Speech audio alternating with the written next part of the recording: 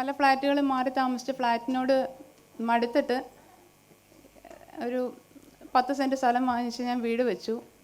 ഈ അനശ്വര സൗപർണികയുടെ just opposite തന്നെയാണ് എൻ്റെ വീട്.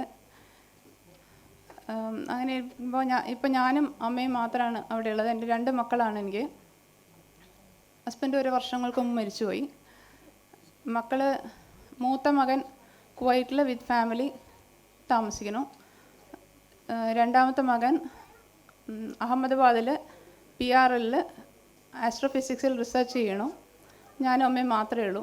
അപ്പോൾ അങ്ങനെ ഒറ്റയ്ക്കായപ്പോൾ ഒരു ഫ്ലാറ്റ് കുറച്ച് സേഫാണെന്ന്. ഇവിടെ ഇത് തുടങ്ങുന്ന സമയത്ത് തന്നെ അമ്മ എന്നോട് പറഞ്ഞിരുന്നു അവിടെ ഒരു ഫ്ലാറ്റ് ബുക്ക് ചെയ്യാൻ.